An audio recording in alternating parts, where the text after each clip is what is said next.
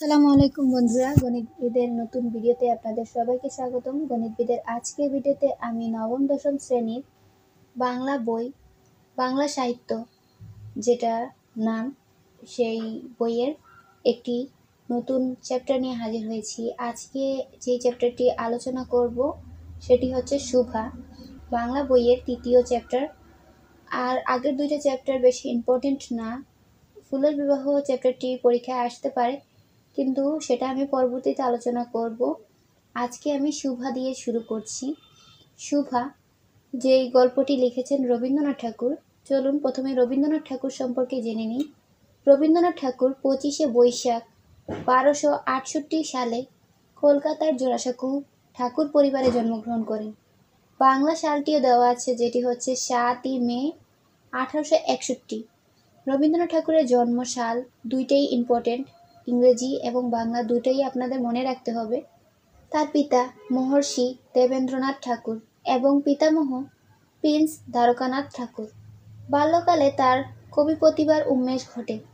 মাত্র 15 বছর বয়সে তার বনফুল কাব্য প্রকাশিত হয়। 1913 সালে রবীন্দ্রনাথ ঠাকুর ইংরেজি গীতাঞ্জলি সং অফারিংস সংকলনের জন্য এশীয়দের মধ্যে সাহিত্যে প্রথম নোবেল পুরস্কার লাভ করেন। বস্তুত তার একক সাধনায় বাংলা ভাষা ও সাহিত্য সকল শাখায় দ্রুত উন্নতি লাভ করে এবং বিশ্ব দরবারে গৌরবের আসনে প্রতিষ্ঠিত হয়। তিনি একাধারে সাহিত্যিক, দার্শনিক, শিক্ষাবিদ, সুরকার, নাট্য প্রযোজক ও অভিনেতা। কাব্য, ছোট গল্প, উপন্যাস, নাটক, প্রবন্ধ, গান ইত্যাদি সাহিত্যের সকল শাখায় তার অবদানে সমৃদ্ধ হয়েছে। তার অজস্র রচনার মধ্যে মানসী, সোনার তরী, চিত্রা, কল্পনা, ক্ষণিকা, বালকা, পলাকা,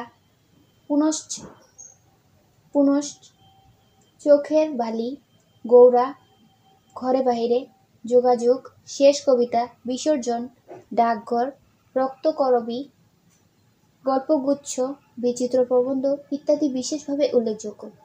22শে শ্রাবণ 1348 সালে 7ই আগস্ট 1941 খ্রিস্টাব্দে কলকাতায় বিশ্বকবি রবীন্দ্রনাথ ঠাকুর শেষ নিঃশ্বাস ত্যাগ করেন। এখানে দেখুন রবীন্দ্রনাথ ঠাকুরের জীবনীতে অনেকগুলো ইম্পর্টেন্ট পয়েন্ট রয়েছে, যেমন জন্মসাল, মৃত্যুসাল, তারপর এখানে রবীন্দ্রনাথ ঠাকুরের পিতা এবং পিতামহের নাম দেওয়া আছে, এগুলা পড়তে হবে, এবং গীতাঞ্জলি কত সালে প্রকাশিত হয়েছিল এবং কত সালে গীতাঞ্জলি উপন্যাসের নামটি মনে রাখতে হবে, এবং কত সালে তিনি নোবেল পুরস্কার পান সেটা মনে রাখতে হবে, সেটা হচ্ছে 1913 সালে। তার পাশাপাশি আপনাদের রবীন্দ্রনাথ ঠাকুরের কিছু লেখা যে রচনাগুলা, সেগুলার কয়েকটা নাম মনে রাখতে হবে। এখানে শেষ কবিতা, রক্তকরবী, গল্পগুচ্ছ, এগুলা ইম্পর্টেন্ট, সোনার তরী, এগুলো যদি আপনারা মনে রাখেন তাহলে রবীন্দ্রনাথ ঠাকুরের জীবনী থেকে যদি কোনো প্রশ্ন আসে তাহলে অবশ্যই আপনারা এর অ্যান্সার দিতে পারবেন। আশা করি আপনাদের বুঝতে কোনো অসুবিধা হয়নি। যদি কোনো প্রশ্ন থাকে তাহলে অবশ্যই কমেন্টের মাধ্যমে জানাবেন, আমি অ্যান্সার দেওয়ার চেষ্টা করব। সম্পূর্ণ ভিডিওটি দেখার জন্য ধন্যবাদ। দেখা হবে পরবর্তী ভিডিওতে। আগামী ভিডিওতে আমি শুভা গল্পটি সংক্ষেপে আলোচনা করব এবং চেষ্টা করব ইম্পর্টেন্ট পয়েন্টগুলো আপনাদের জানিয়ে দেওয়ার, যাতে আপনারা এই চ্যাপ্টারটি থেকে এমসিকিউর আনসার দিতে পারেন। আর আপনাদের অবশ্যই বলবো যে চ্যাপ্টারটা পড়ে নেবেন। চ্যাপ্টার, লেখক পরিচিতি, পাঠ পরিচিতি, এগুলো যদি আপনারা পড়ে নেন তাহলে আপনাদের এমসিকিউর আনসার দিতে এবং সৃজনশীলের আনসার দিতে কখনোই অসুবিধা হওয়ার কথা না। দেখা হবে পরবর্তী ভিডিওতে।